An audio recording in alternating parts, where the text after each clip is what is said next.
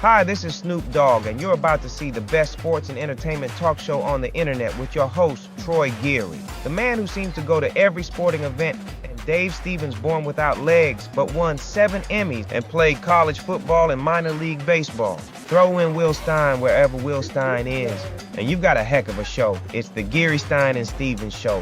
Faux shizzle.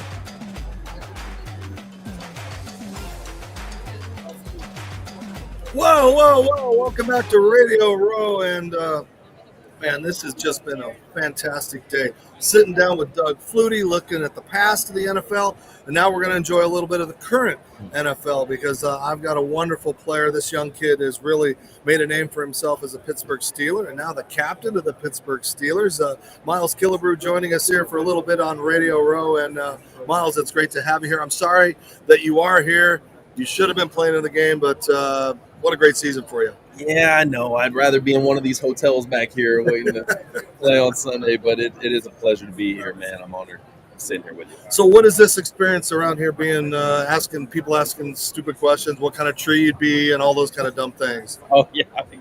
I've gotten more questions on Mahomes than I'll ever need for the rest of my life, but it's been a great time. I've been palling around with Sean Alexander and his crew with Stand Together, and it's just been a great time this entire time here. Now I know you're here for a great cause. We got the wings over here, so I smell it. It smells like it's a cafe, but you've got cafemomentum.org. It's an award-winning nonprofit restaurant for kids. So explain how you got involved and what it's all about. Sure. It's been a great journey with Cafe Momentum. I'm super excited to be here, just kind of representing them and getting their message out. They work with youth who have been affected by the justice system in some way, and they offer a chance for these young adults to come in and say, okay, I am going to reinvent myself. I need an escape out of my environment. I'm defined by more than just this mistake that I've made. And they come ready to learn. And Cafe Momentum nurtures them, teaches them skills in the restaurant business. And I was first introduced to them. It's kind of a funny story. We were at a fundraiser for them. I didn't know who they were at the time. I'm eating this amazing meal. I wouldn't call myself a foodie, but I appreciate a good meal. And the service is great. The food is amazing. I'm like, man, this is great. I can't wait to hear what this fundraiser is about. They start talking about Cafe Momentum. I'm like, man, this sounds like a great idea. And then they say, hey, all of the food, all of the service was actually put together by these kids, by these young ambassadors. And I was just, my jaw dropped. I was like, this is crazy. You guys did this. I said, man, if you guys ever do work in Pittsburgh, I'm there. Call me. And they said, hey, we got great news, Miles. We are in Pittsburgh. And I was like, yeah. So I went down there. I was super excited. I've been learning more about what they do, how people can get involved. And if you want to learn more information, cafemomentum.org is an awesome way to do that, to give back. It's great because I always run into people who say, how can I invest in the next generation? And this is a great way to do it. Well, let's talk now about you a little bit. A great season. What's that pressure like? Because I have been a lifelong Steelers fan.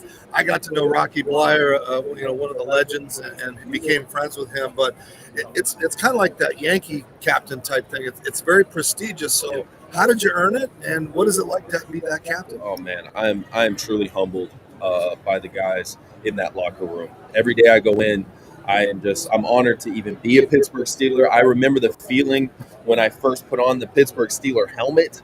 I was like, oh, it was overwhelming. I was reminded of just the long lineage of history of winning, of dominance, of just inventing a way of football that is synonymous with physicality, with toughness, with grittiness, everything that the reason why we love the sport. And ever since then, I've been trying to live up to that, honestly, that image of a Pittsburgh Steeler, what it means to be a Steeler. I'm learning as I've been here. I'm going on my 5th year now, that it is more than just on the field. It's off the field. That's why I'm here representing a brick and mortar location in Pittsburgh that works with youth. And it's been a great journey. I'm super grateful to be here and to be part of this team. And early in your career, I mean, you made your name for yourself as a special teamer. We got a great picture here of an important block punt. I mean, there is a skill to special teams. There is an importance. So where did you learn to block punts and do all those things? You probably didn't do much in college. I did actually. I first blocked a punt in college. My I come from Las Vegas. That's where I'm originally from. And the thing about Las Vegas is there's a lot of talent in Las Vegas. But back in the day, the scouts who would come to check out the kids in Vegas would get distracted. And it's my theory that they never ended up making it to the schools. I don't know what there is to do in Vegas other than, watch high school athletics. And gamble. Right. If you're of age. Right. And so it was just a really difficult time for Vegas athletes to get out of the city and to go on to play college. And so I've always been a firm believer in making it count where you are. I learned that from my father. And so I focused on the details. I focused on the small things. Anything that could give me an advantage to make it to the next level. For me, that was special teams. That's what got me a scholarship in out of high school. And that's what I knew I was going to be playing as a rookie in the NFL. And ever since then, I said, well, I happen to be good at it. It happens to be something I'm passionate about. Let's go all in on it. And so here I am going on my 10th year this season. And I'm grateful to still be doing it at a level that I'm able to do it. All right. Tell us about that special coach. I mean, he has been there a long time. They've continued to get to the playoffs year after year when they said they couldn't do it. Sure. And they go through a quarterback situation. Wilson wasn't ready, but you guys persevered. You got there. So what is that coach like? I don't think people maybe at home who, you get a sense of it, a little taste of it in Hard Knocks. I don't think they really can understand just how consistently dominant you have to be to have a winning season every year. I mean, that's a hard thing to do. I've experienced loss, right? I was on the Lions before they got Dan Campbell. So I know what it's like. And it's a hard thing to do in the NFL to win. And with all the changing pieces that we've had, I mean, listen, Coach Tomlin is a leader that's going to go down as one of the best leaders that the league has seen. And so I'm honored to be on his team. I don't care what anybody says. I think he deserves all of his roses. Obviously, we're going to go back and we're going to look and see, okay, how can we, instead of being in this room, how can we be going on the field during the Super Bowl? 100%, that's the goal. And we're gonna go back and figure out how we can get that done. Now, it's not outlandish, but how cool would it be to have the Steelers play the Lions next year in San Francisco at the Super Bowl? I mean, listen, as much as that city's been through, I'm glad that they're seeing success. But to be honest with you, I have friends. I have friends on the team. I have friends on a lot of teams. Really, I just want to see Pittsburgh go all the way. I want to be able to sing that song, going to the Super Bowl. I want to be able to do it. I want to bring another one back to Pittsburgh. That's where my heart is. That's where my community is right now, and that's what I want to see happen. And it's a very special town. The people are hardworking, blue collar. You got Pittsburgh. They haven't won one since a long time. I want to be part of that legacy, man. I want to have that for the rest of my life. To be able to say I was there when we did something special on the field, and so I know that I'm gonna be able to say it off the field. We're doing things like with Cafe Momentum off the field, but to be able to bring it all home, get a Lombardi, that's the goal. You talked about your legacy. I call it my legacy. Leaving my legacy in this world. So, what do you want to be known for? Do you want to be known more for off the field, on the field? Like again, Cafe Momentum is awesome. I have 3 little kids, and something that I'm going to instill with them. I want everyone that I meet that comes in contact with me to have left our exchange feeling like I have added to their life. I want to have a personal connection with people. I'm a believer in Jesus Christ. I feel like it's all about relationships in this life, and I want to be known for that. I want to be known that people feel as though I genuinely care about them, and that I love them. And so that's what I want personally. All right, before we let you go, I know NFL players aren't supposed to influence betting if people do bet out there, but he's trying to get me in trouble. You got to pick. Do you have a favorite? Like, one of those things as a kid, you like one team or another? Listen, you can't I'm from Vegas, but I have no sports betting influence. I'm not my own bookie. Mr. Goodell, Mr. Goodell. But I'll go for the Eagles on this one. Yep. All right. You can't lose either way. History on the side of the Chiefs. And again, I worked at ESPN for 20 years. All we ever freaking talked about were the Patriots. So it'd be nice to put someone else in that conversation. Yeah. And, you know, we had the Steelers back in the day when we were trying for one for the thumb in '81, those kind of things. But it's a great win for the league. And it's great that you were here today. And again, cafemomentum.org. It's such a great nonprofit.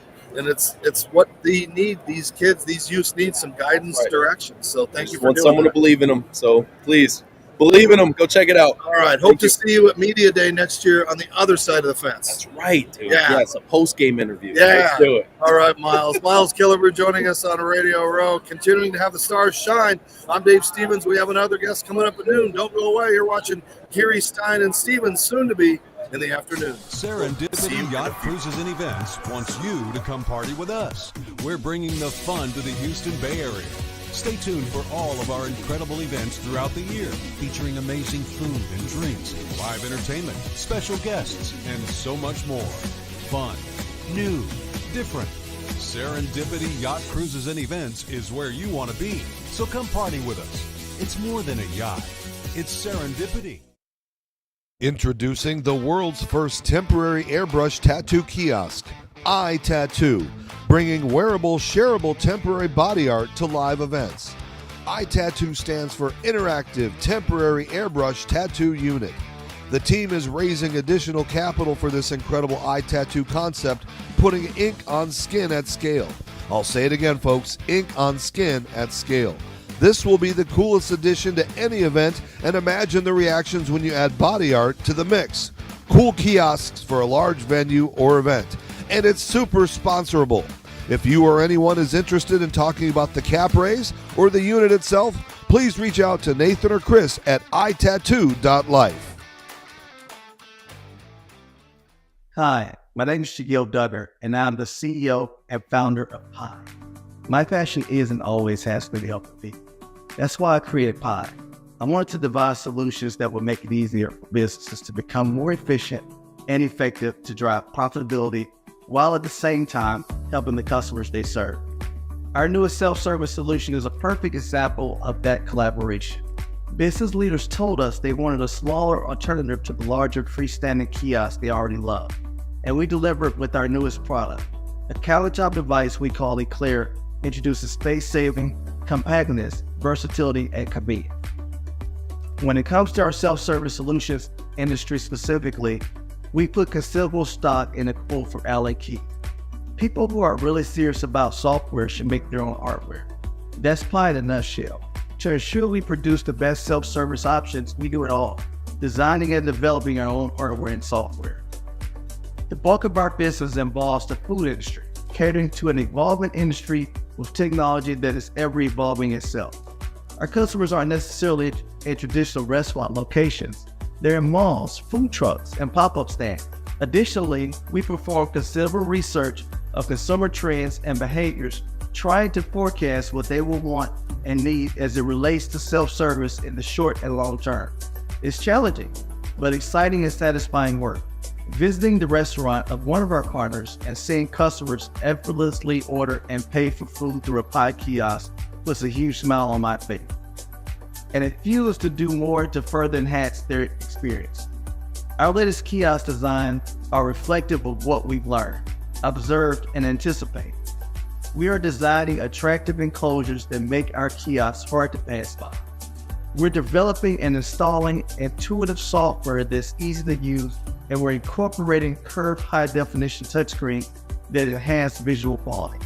At Pi, our ultimate objective is to bring a personal approach to self-service solutions that also display our creativity and ability to devise great products. I introduce to you Pi's newest product, Eclair. Welcome to Pi.